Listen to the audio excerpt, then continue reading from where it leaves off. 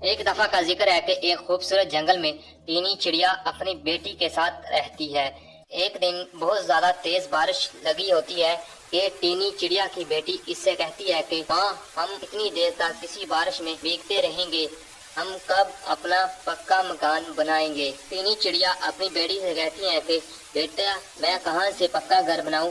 ہمارے ابا جان تو ہمیشہ بیمار رہتے ہیں، میں جو کچھ بھی تھوڑا بہت کماتی ہوں ہمارے ابا جان کی دعائی ہی آتی ہے، ابھی تو ہمیں ایسا ہی دکھ جھیلنا ہوگا بیٹی۔ ٹینی چڑیا ابھی اپنی بیٹی کے ساتھ بات ہی کر رہی تھی، بارش بند ہو گئی۔ ٹینی چڑیا کی بیٹی بہت ضد کرتی ہے کہ ماں، ہمیں بھی پکا گھر بنانا ہے، مجھے بھی پکا گھر بنا کر دو۔